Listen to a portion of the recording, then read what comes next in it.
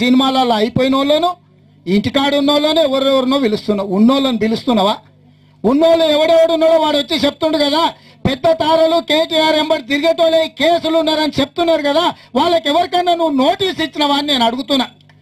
ఇవాళ నిన్నమన్నా పప్పులకు నోటీసులు ఇచ్చినామంటుండు. ఎంత సిగ్గు తప్పిపోయింది ప్రభుత్వం అంటే.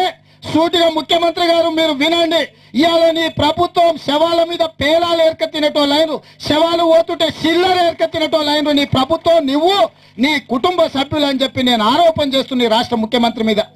ఇవాళ డ్రగ్స్ అమ్ముతుండ్రు పబ్బులాలు అని చెప్పి నోటీసులు ఇస్తే ఆయన కొడుకు బావమరిది అమ్మే పబ్బుకు నోటీసు ఉండదు. హైదరాబాద్లో ఒక మంత్రి మా జంగాన చుట్టం మంత్రి కొడుకు నడుపుకునే పబ్బుకు నోటీసు ఉండదు.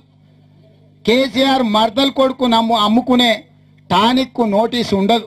నోటీసులు ఏమనుకున్నాయంటే ఆ చుట్టుముట్టు ఉన్న బార్లు పప్పులందరికీ నోటీసులు ఇచ్చి వాళ్ళని 11 గంటలకు మూపించి తెల్లవారుజామున 4 గంటల వరకు 5 గంటల వరకు నీ కుటుంబ సభ్యులు నడుపుకుంటున్న పప్పులు తెల్లారి 5 గంటల వరకు నడుస్తున్నాయంటే నువ్వు ఎంత దుర్మార్గంగా ఇవాళ బల్లాల పిల్లలకు డ్రగ్స్ అమ్ముతున్నారని ఒక పక్కన మేము ఆందోళన చేస్తుంటే రెండో పక్కన పబ్బులు నడిపించుకొని వ్యాపారం చేసుకునే చిల్లర బుద్ధి ఈ రాష్ట్ర ముఖ్యమంత్రి ఆ ముఖ్యమంత్రి కొడుకుదని చెప్పి నేను ఆరోపణ చేస్తున్న ఈ సందర్భంగా.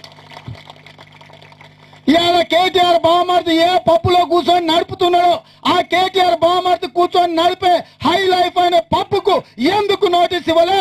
నిన్న రాత్రి మొన్న రాత్రి కూడా తెల్లవారుజామున 5 గంటల వరకు ఎందుకు ఆ పప్పు నడుపుతుంటే ఎక్సైజ్ శాఖ కమిషనర్ చంద్రబోధన్ కానీ అకున్ సబర్వాల్ కానీ ఎందుకు అక్కడికి వెళ్ళి రేడ్ చేయలేదని నేను అడుగుతున్నా.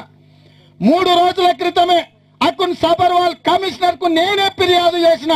జూబ్లీ హిల్స్ రోడ్డు నెంబర్ 36 లో ఐ లైఫ్ అనే పప్పు, టానిక్ అనే పప్పు, వేపర్స్ అనే పప్పు తెల్లవారుజామున 5 గంటల వరకు నడుస్తున్నాయి. నువ్వు వాళ్ళ మీద రేడ్ అయ్యి వాళ్ళకి అనుమతి ఉన్నది 1 వరకే, మిగతా పప్పులకు 12 వరకు అనుమతి ఉంటే 11కే మూపిస్తారు. ఈ 3-4 పప్పులు ప్రభుత్వంలో ఉన్న పెద్దలై వాళ్ళ బంధువులై తెల్లవారుజామున 5-6 గంటల వరకు నడుస్తున్నాయి. వాటి మీద దాడి చేయమని నేనే అకున్ సబర్వాల్కి స్వయంగా ఫిర్యాదు చేసిన. మరి ఆయన మీద ఏం ఒత్తిడి ఉందో, ఆయన నిజాయితీ గల ఆఫీసరే నాకు తెలుసు.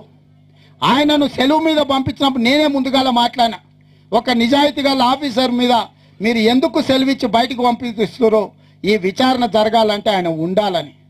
కానీ అలాంటి నేనే ఫోన్ చేసి ఈ పబ్బులు తెల్లవారుజామున 5 వరకు 6 వరకు నడుస్తున్నాయి, నువ్వు వాటి గురించి పట్టించుకో అంటే శుక్రవారం శనివారం 2 రోజు రాత్రిలో తెల్లవారుజామున పొద్దుగాల 6 వరకు ఆ పబ్బులు నడిపినరు వాళ్ళు. మరి ఎందుకు అకున్ సబర్వాల్ గారు అక్కడికి వెళ్ళలేదో సమాధానం చెప్పాల్సిన బాధ్యత వారి మీద ఉన్నది. ఈ సందర్భంగా వారిని కూడా సూటిగా అడుగుతున్నా. ఇవాళ పబ్బులలోనే డ్రగ్స్ అమ్ముతున్నావు అని చెప్పిన నువ్వు మిగతా వాళ్ళందరినీ మూపించి వాళ్ళందరి వ్యాపారం 11 తర్వాత మందు కావాలంటే కేటీఆర్ బంధువుల బార్లలోనే మందు దొరికేటట్టు నువ్వు నడిపిస్తున్నావంటే ఇవాళ ఆందోళన చెందుతున్న కుటుంబాలను కూడా నువ్వు వ్యాపారం కింద మార్చుకుంటున్నావంటే ఎంత దుర్మార్గమైన దోపిడీ జరుగుతుందో ఈ రాష్ట్రంలో ఒక్కసారి ఆలోచన చేయండి అని నేను అంటున్నా.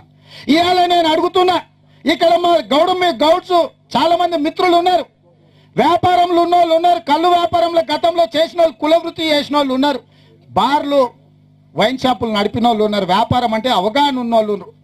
ఎక్సైజ్ శాఖ ఏం పని చేస్తుందా అంటే ఎవరైనా ఇక్కడ ఊర్లలో ఉన్న కాడ ఏమన్నా కొంచెం అట్లా ఇట్లా చేస్తే అక్కడికి వచ్చి కేసులు పెట్టగలిగిన వాళ్ళే తప్ప పక్క రాష్ట్రానికి వెళ్ళి పట్టుకొచ్చే చట్టమే లేదు. ఇవాళ డ్రగ్స్ అనేది ఈ ఊర్లో తయారయ్యేటివి కాదు, ఇతర దేశాల నుంచి కొకైనో ఎల్ఎస్డిఓ ఏవైతే ఈ రోజు నువ్వు మత్తు పదార్థాలు అమ్ముతున్నారని చెప్తున్నావు, ఇతర దేశాలలో నుంచి తెచ్చి ఇక్కడ అమ్ముతున్నారు. ఇతర దేశాలలో విచారణ చేసే వ్యవస్థ ఎక్సైజ్ డిపార్ట్మెంట్ కు లేదు. ఇవాళ కోట్ల రూపాయలు కెల్విన్ అనే అతన్ని ఎవరైతే పట్టుకున్నారో కోట్ల రూపాయలు ఇతర దేశాలలో ఉండే బ్యాంకులలో డిపాజిట్ చేసిందని ఇదే ప్రభుత్వం చెప్తుంది. ఇవాళ ఇతర రాష్ట్రాలు ఇతర దేశాలలో తయారు చేసి అమ్ముతున్న మారక ద్రవ్యాలు పట్టుకోవాలంటే ఈ రోజు ఈ శాఖ వల్ల కాదు, DRI and directorate revenue intelligence అని ఈ లావాదేవీలు చూడాలంటే ఆ డిపార్ట్మెంట్కి పెట్టాలి.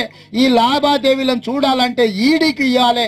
ఈ లావాదేవీలు చూడాలి, ఈ మత్తు పదార్థాలు అమ్మేదాన్ని చూడాలంటే నార్కోటిక్స్ డిపార్ట్మెంట్కి అప్పచెప్పాలి. అంతుచిక్కని రహస్యాలు, మరెన్నో మనకి తెలియని పురాతన కట్టడాలు, వాటి వెనక దాగిన నిజాలు, పూర్వీకుల ఆచారాలు, మరెన్నో మూఢ విశ్వాసాలు, ఇలా కాలగర్భంలో కలిసిపోతున్న రహస్యాల కొరకు సబ్స్క్రైబ్ చేయండి రహస్యవాణి ఛానల్.